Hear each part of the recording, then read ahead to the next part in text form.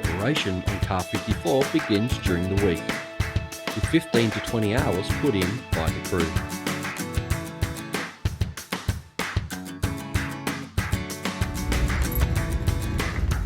Father AJ drives the race car down to the Perth Motorplex for the Kwinana Cup, arriving by 3 PM. The boys unload the car and start preparations.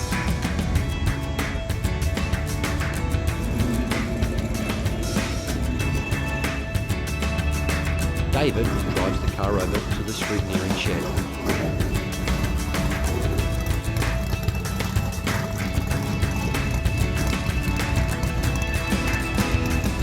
Scrutineer Ian Dirt looks over David's car, fills out his logbook and gets David to sign it.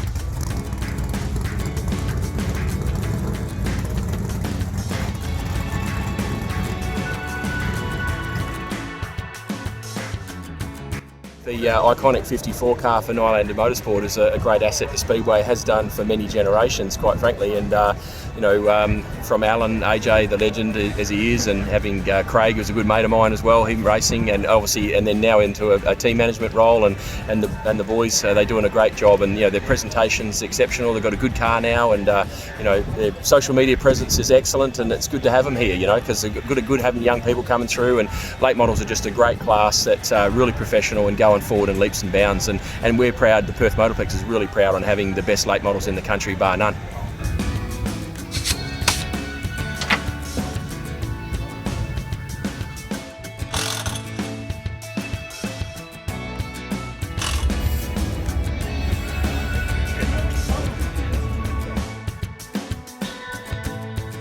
About 8 or 12 across the front and 6 and 11 across the back. Yeah.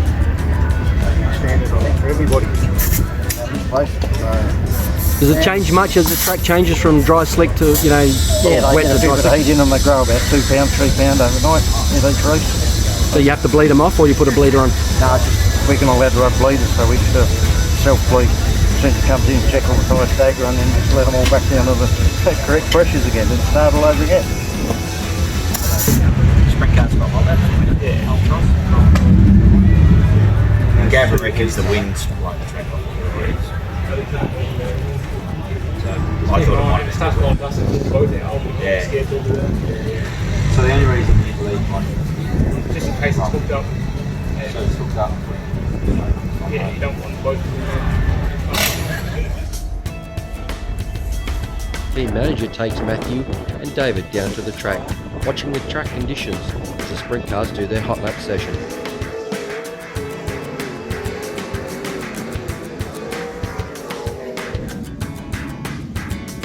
The boys decide to get a closer look at the racetrack surface.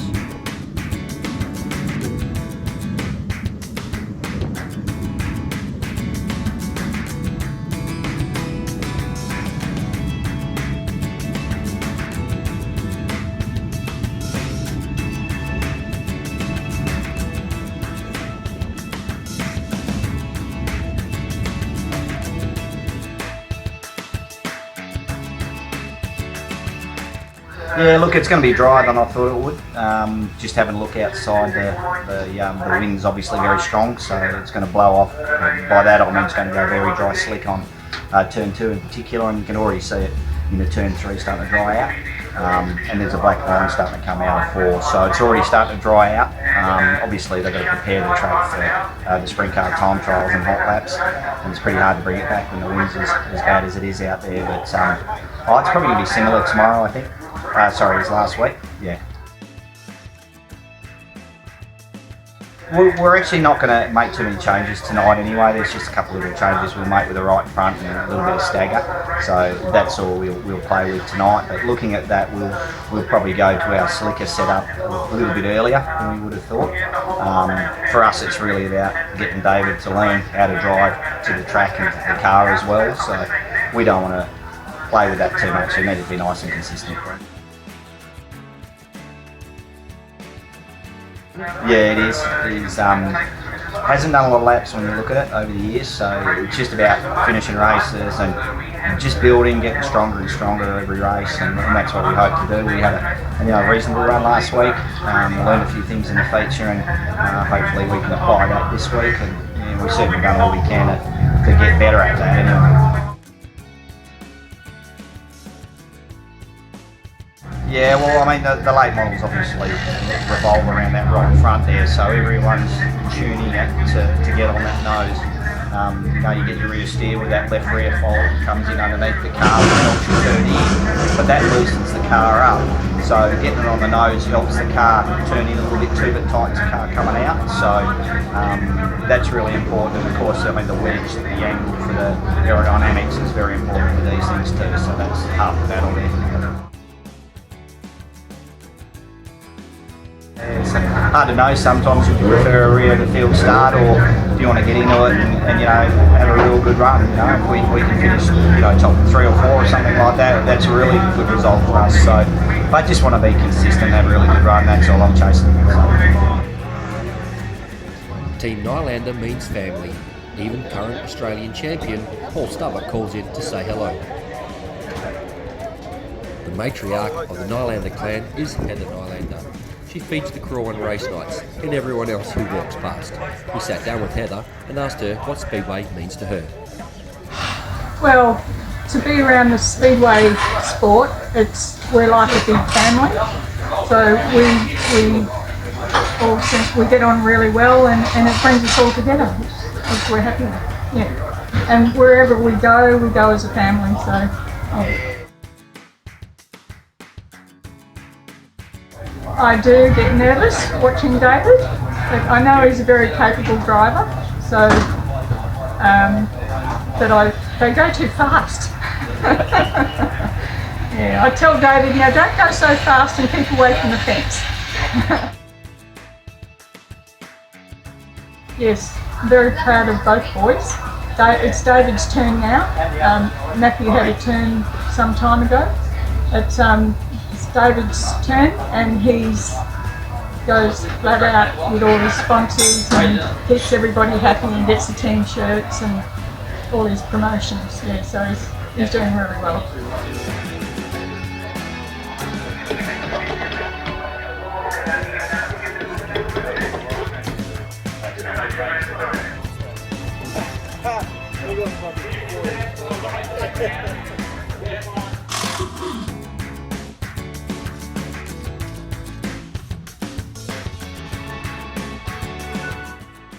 Just checking all the shocky pressures.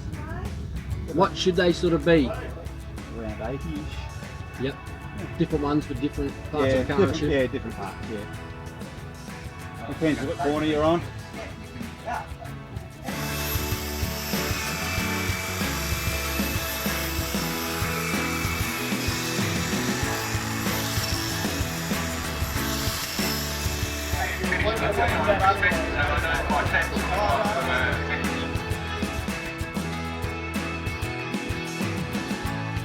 I've got a lot of history with the Nylander family. I drove for AJ very successfully for a lot of years.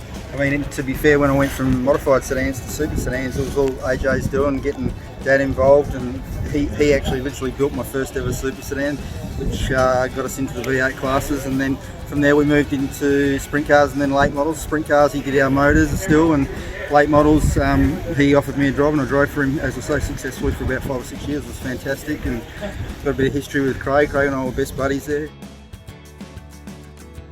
Car looks beautiful, absolutely magnificent, as it would. Craig's attention to detail is amazing, and David's a good, clean competitor, and he'll learn the ropes real quick, and they've got a fantastic car. It's good to see him with great equipment again.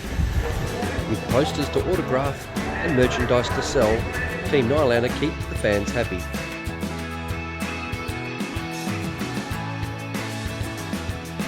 Well, going back to Alan, he raced sprint cars, then went and lived in the eastern states for several years and raced them over there.